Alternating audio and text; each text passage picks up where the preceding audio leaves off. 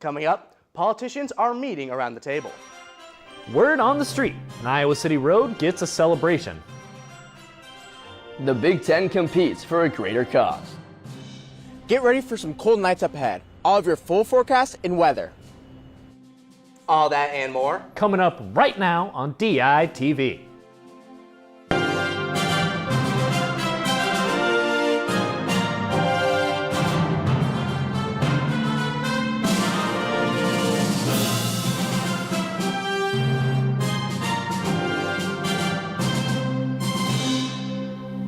Good morning from Iowa City. It is Friday, October 25th. I'm Jace Bertrand. And I'm Jordan Tovar. And the third member of our team, Marshawn Gunn, is live outside to tell us today's weather story.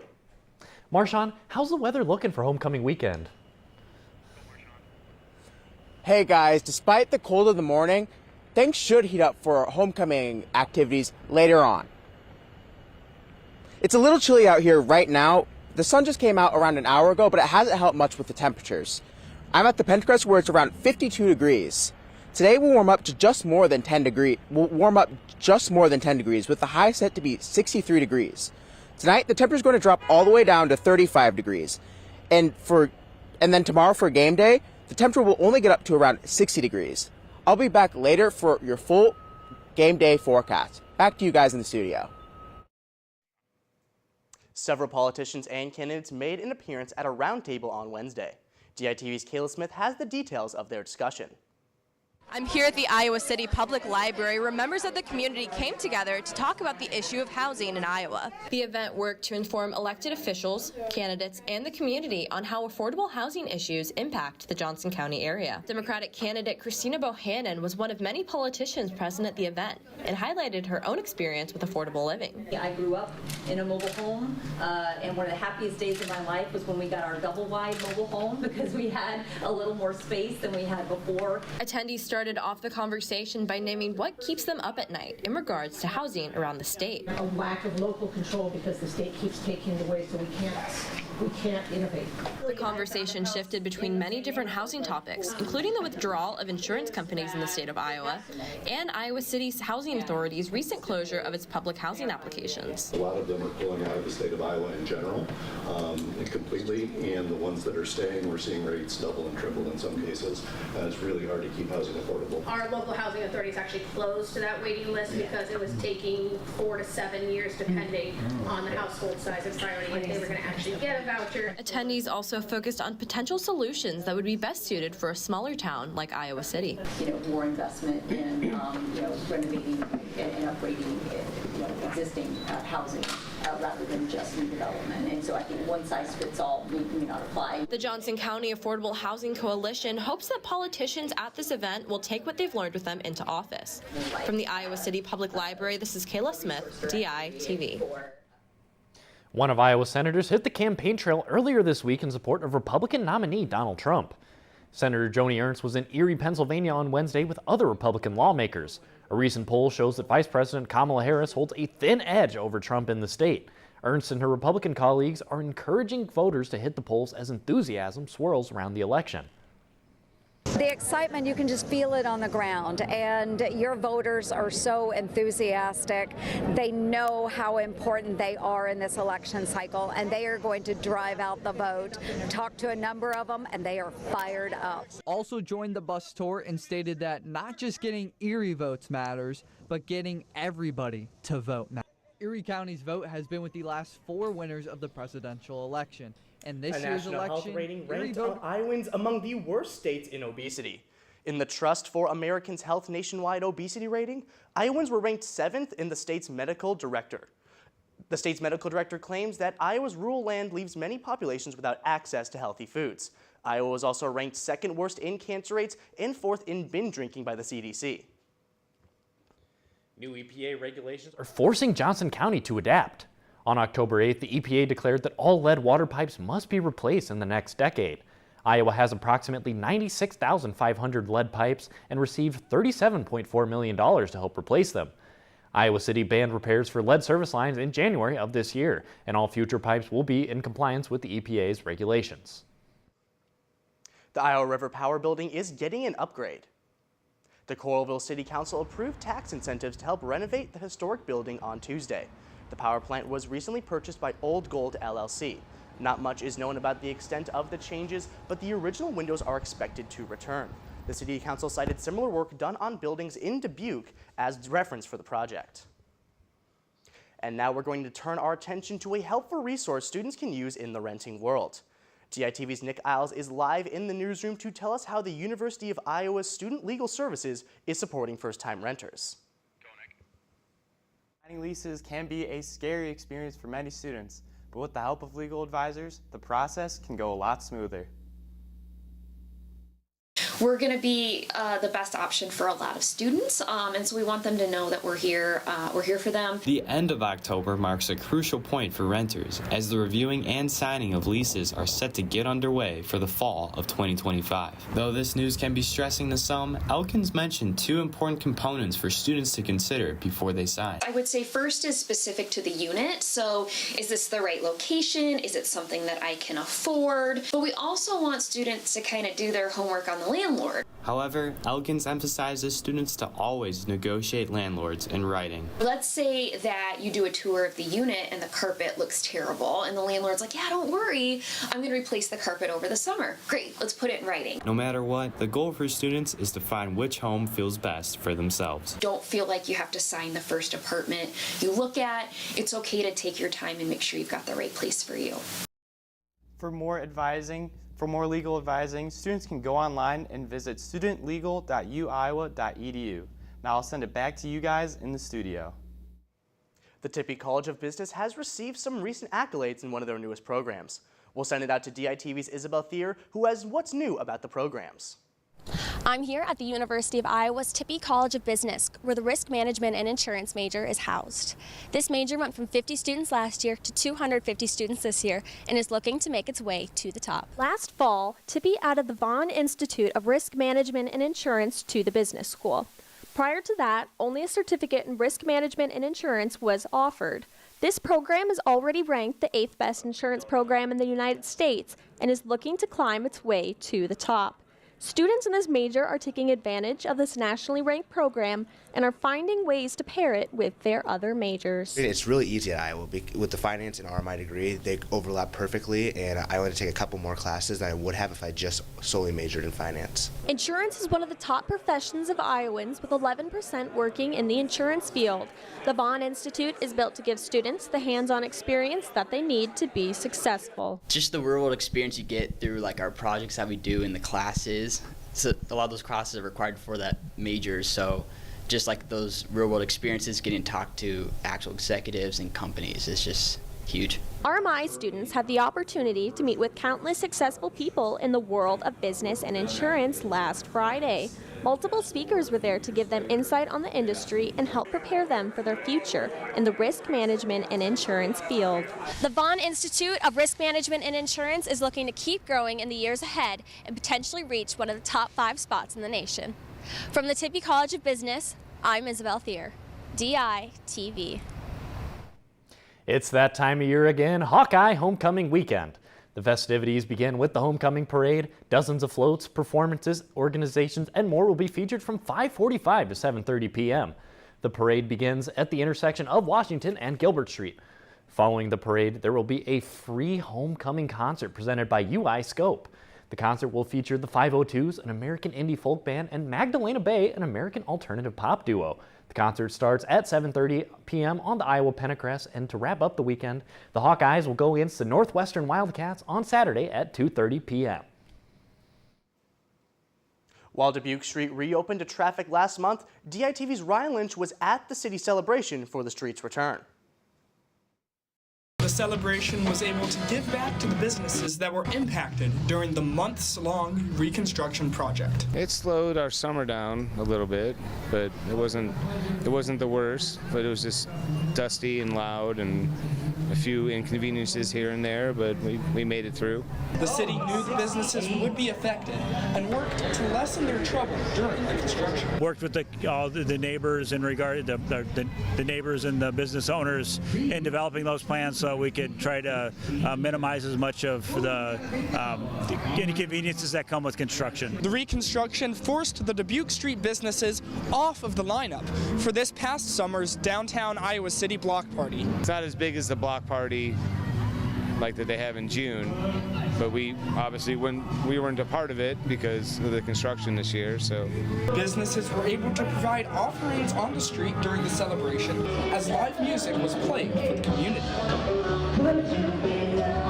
Iowa City residents are enjoying the street's new look as the utilities under the road were repaired. It's beautiful. It's obviously very new, and water pipes are really important.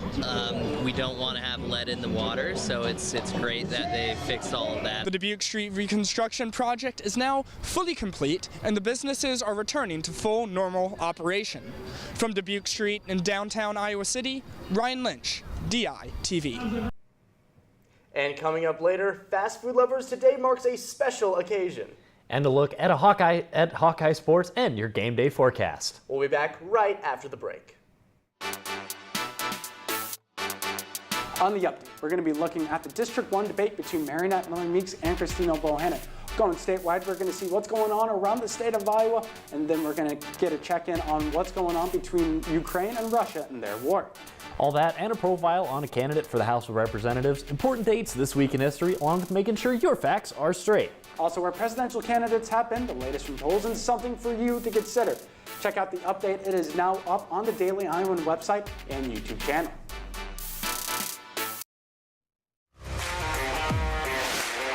This week on Before the Kickoff, we'll look back at last week's matchup with Michigan State, and we'll look at a couple of Hawkeyes who used to be Wildcats. Yeah, and Brady will also learn about the history between Iowa and Northwestern and break down the Northwestern roster. And we'll also give our predictions for this weekend's game. Before the Kickoff goes live on the Daily Iowan's YouTube page at 9:30 this morning.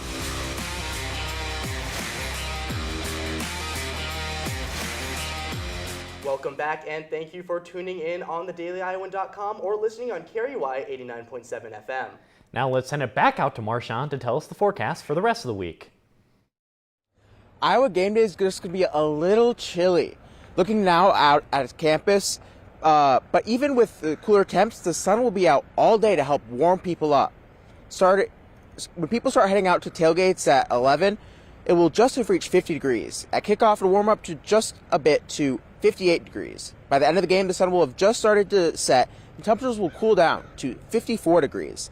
I'll be back later in the show to give you an update on what the rest of the week's weather looks like. Pretty spooky week ahead of us. Oh yeah, you bet, especially with the way Cade McNamara's been throwing. But we're going to send it out to DITV Sports Director AJ Reister, who has more on what we can be scared of for Hawkeye athletics. Jace, you're one to talk about throwing the football. I've seen you try and throw a football. But there are a lot of other events leading up to this weekend's football game for homecoming. But DITV's Colin Carruthers visited one that's brought together the entire Big Ten Conference for a greater cause. So this year, there's a huge decline, especially in youthful donors. Back in July, the American Red Cross declared an emergency blood shortage as their national blood inventory dropped by 25%. With such a major blood shortage in the country right now, the Big Ten has teamed up to compete to bring out more donors. All 18 Big Ten schools are accepting submissions for the We Give Blood Drive competition. The goal for each individual school is to bring out the most donors, which is then also calculated to how many lives that school has saved. As of 7:20 p.m. on October 24th, Iowa sits in 4th place in the competition with 458 donors. However, the goal as a collective for each school is still the same. Since COVID, really, most blood centers have been trying to rebuild. So when you have a university against all the other universities, you're going to get those students who want to come out and win. The idea being that they then become lifetime blood donors. The blood for this drive, like the ones at each Big Ten school, will all go straight to help those in need at each respective hospital, and they will stay there until the blood is back in circulation. With that goal to bring in the youth, the DeGowan Blood Center on campus here at Iowa believes that students' competitive nature and ability to spread the word could really inflate numbers. I think it's the consistent effort to tell people however much that kids can see what is happening and be reminded of what's going on. And I think over time, every day we just get more and more donors, and it will kind of just accumulate to eventually be on top. The winning school will receive a $1 million donation after the December 6th deadline at the Big Ten Football Championship game. From the Iowa Memorial Union, Colin Carruthers, DITV. Thanks, Colin. And as Hawkeye tradition, a new kid captain will take the field on Saturday. DITV's Joel Keller has the story of Adeline Lovell. The Lovell family's life took a major turn during the July 4th weekend in 2022. Their 4-year-old daughter, Adeline, was not her typical energetic self and showed other symptoms of sickness. She had been kind of tired and just had some nagging illnesses that wouldn't go away for a few weeks. And we noticed what we thought was a rash on her back. And it turned out that it was not a rash. It turned out to be petechiae, which are these tiny little pinpoint, essentially bruises of blood vessels bursting underneath the skin. The family's physician urged them to go to the University of Iowa Stead Children's Hospital, where she was diagnosed with leukemia. There's so many emotions that you feel all at once. There's just so much going on. I mean, your entire world just flips upside down in a moment. In the hospital, a golden retriever named Nacho helped lift Adeline's spirits. When he would sit on me and lick on me, cuddle me, and I liked giving him a treat. Now Adeline will be the kid captain at the homecoming football game this weekend, and her story will be shared with 70,000 fans. It's surreal to even think about, especially when you think about where Ad has been and where we've come along this journey. Get a wave and do cartwheels. However, this isn't the only important date in the near future for Adeline. She will take her last chemo pill next week. From the University of Iowa, I'm Joel Keller, DITV Sports. Thanks, Joel. Another great story surrounding this weekend's game against Northwestern. Speaking of the Wildcats, they have struggled this season, especially on defense. Caleb Johnson, week in and week out, has stolen the headlines for the Hawks, and against a defense that allows over 350 yards per game, this week could be no different. The Wildcats are coming off a 23-3 loss to the Wisconsin Badgers, where the defense allowed over 350 yards of total offense, and nearly 200 of them were rushing yards. It also won't help if they will be without one of their key offensive playmakers in A.J. Henning, who was carted off the field in the first half of last weekend's game. Before the injury, he was one of their leading receivers with over 350 yards on the season and catching 3 of the team's 4 receiving touchdowns. Kickoff is set for 2:30 on the Big Ten Network, and Iowa is a 14.5-point favorite. Now, the 11th-ranked women's soccer team is hitting the road this weekend to battle the Golden Gophers on Sunday in Minneapolis in their regular season finale. The Hawks currently sit in 3rd in the Big Ten, and a win would have them tied for 1st and would share the regular season title with USC if the Trojans lose. The game starts at 1 o'clock on Big Ten+. And the Iowa field hockey team has 2 major bouts in the Big Ten play this weekend. Later today, they will take on the Michigan State Spartans and then face the 3rd-ranked Ohio State Buckeyes on Sunday. Both matchups on the road as the Hawkeyes make one last push for postseason play. Only the top 7 teams will make the Big Ten tournament, and Iowa currently sits in 8th and half a game back of Penn State. And the Iowa volleyball team will be having some fun with 2 themed home matches this weekend.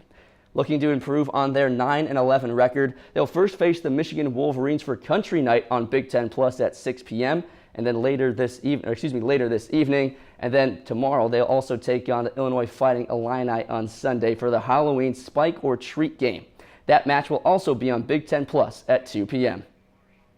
That's a look at Iowa sports. Now let's go out to Marshawn for the rest of weather. Hey guys, looking at the weather this upcoming week, it's going to be a little temperamental. Sunday it'll be sunny, but it'll only make it into the high 60s. Throughout early next week, the temperature's going to warm up, getting to the mid 80s Tuesday. But after that, temperatures will start to drop, along with temperatures getting cooler. Rain is expected on Wednesday afternoon and will continue into Thursday morning, which will be the coldest day of the week. And there's a chance to get down to freezing point that night. Halloween's coming up this weekend, so if you're looking for a warmer Halloween weekend, this is your week. Back to you guys in the studio. Now, Jay, certainly a pretty exciting weekend coming up. Yeah, even with the fear I have, I'm excited for some homecoming weekend. Yeah, Jason, for all you grease lovers out there, today is National Greasy Food Day. If you're on a diet, today would be an excellent cheat day. Whether that's French fries, onion rings, pizza, you have a plethora of options. Real exciting stuff, Jordan. I'm personally on a dirty bulk, so I can't wait. Thank you for joining us online or listening on KRUI 89.7 FM. We are here live from Iowa City Monday, Wednesday, and Friday at 8:30 a.m. and online anytime at thedailyiowan.com. For Marshawn Gunn and AJ Reister, I'm Jace Bertrand. And for Nick Isles, I'm Jordan Tovar. See ya on Monday morning right here on DITV.